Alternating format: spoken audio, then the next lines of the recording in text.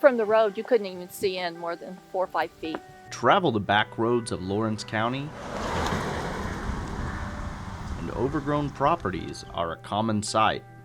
Yeah, it was about 30 feet high, and there was no way to get in. So we, as Barbara said, had come in from the back side a few times, but we needed to get in from the front in order to do the clearing. After finding out they were related through a genealogy DNA test, Barbara Brock and Nora Lee Faulkner started on a journey that would last 4 years and take hours upon hours of blood, sweat, and tears. What we found was basically nothing. Together, they purchased a small plot of land where they discovered their ancestors, their great-great-great-grandparents, Samuel and Catherine McNabb Phariss, were buried. We found the base stones, and it was obvious that they had held headstones, but the headstones had been gone for quite some time. So when we bought it, it was just a third of an acre of rough land.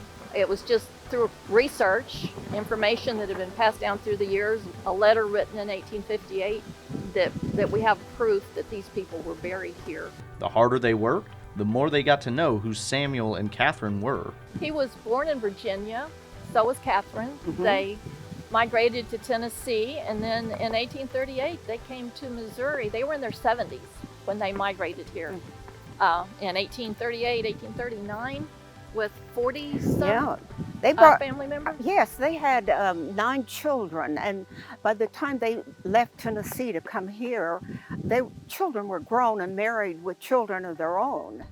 When the family patriarch left, the kids followed suit. And 8 of those 9 children came with them and all their families.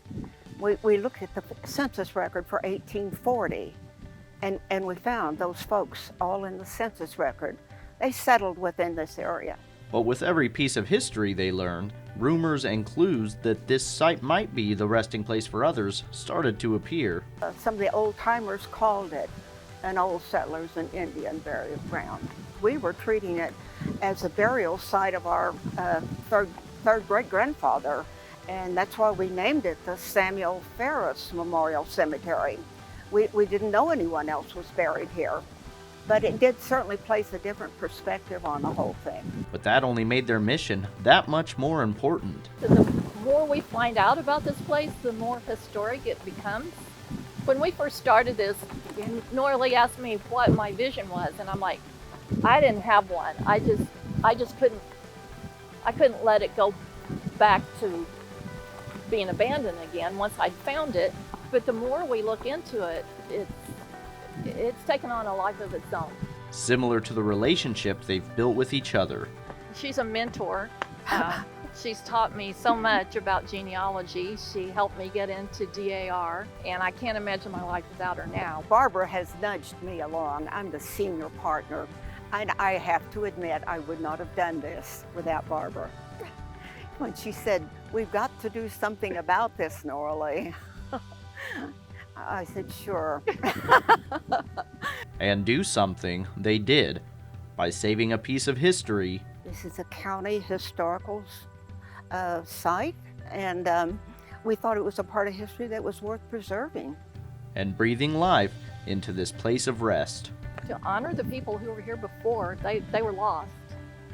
And I don't know if they know that we have found this place and restored it, but it just gives me a complete feeling. I could not have turned and walked away.